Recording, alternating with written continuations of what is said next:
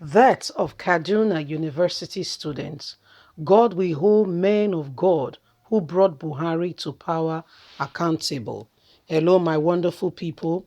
Pastor Giwa has made a proclamation that God will hold men of God responsible. Don't forget that by the time Buhari was to come into government, and to become the president of Nigeria. Some men of God supported him. I mean, you can, to err is human, to forgive is divine. Is that not the word? But what am I trying to say? A lot of people supported Buhari, including men of God, talking about Christian clergies who supported the bid for President Muhammadu Buhari to come in to become the president, thinking that he holds the key or he's someone who will be able to help the situation of the country. Little did they know that they were taking a man. You know, when you say the brain of the vehicle was no longer brain boss, when the brain boss is out, if you like, put a brand new, put four brand new tires, put petrol in the car, change everything. Guess what? The vehicle will still not move. That's what happened by the time Buhari came into government. Please don't forget to give us a thumbs up. Subscribe if this is your first time. Let's get to understand the accountability that this man of God will be reaching out to God when the time comes. Death of Kaduna University students. God will hold men of God who brought Buhari to power accountable. Senior pastor of awaiting the second coming of Christ Ministry Akure, Adewale Giwa, has come after some religious leaders who supported President Muhammadu Buhari's election in 2015 and 2019, saying God will hold them responsible for the current woes of the country. The clergy who invoke curses upon the enemies of good people of Nigeria while addressing his members on Sunday noted that some men of God who worked for the emergence of the All Progressive Congress since 2015 have decided to remain silent in the face of injustice currently going on. In the fury, the clergy said God will hold men of God who worked for the election and re-election of Buhari accountable if they continue to keep silence while the wicked continue with their wickedness in the country.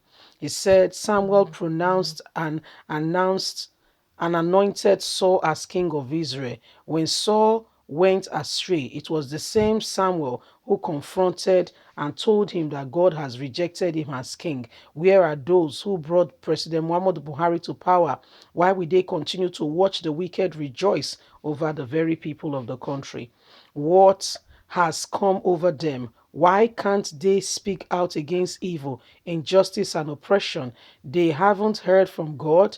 May the enemies of Nigeria don't know peace for the rest of their life in Jesus' name. Woe to the wicked, disaster is upon them, and they will pay back for what their hands have done and has cost this nation. Woe to him that builds a city with bloodshed and finds a tower with violence. Woe to those who call evil good and good evil, who sustain darkness for light and light for darkness, who sustain bitter for sweet and sweet for bitter.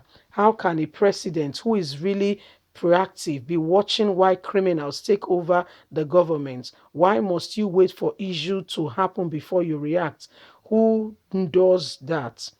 Can anyone be happy to see or hear that his children have been displaced or killed by bandits? Why are you running away from what can be prevented? Solve the nation's challenges.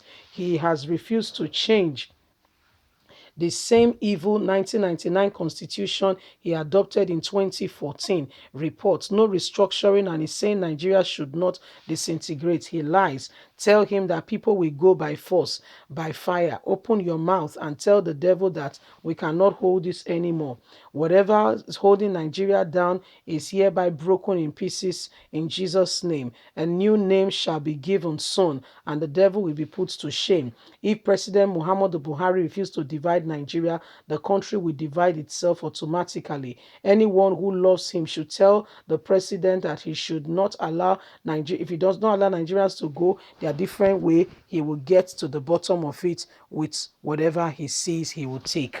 So this is a very present words that have come from Pastor Giwa, who is very, you can tell that is not joking at all. He's not smiling with regards to what is currently happening in the country, the level of insurgents and all that is going on. No well-sane person will be happy and keep quiet and allow evil to take over our nation. No well-sane person.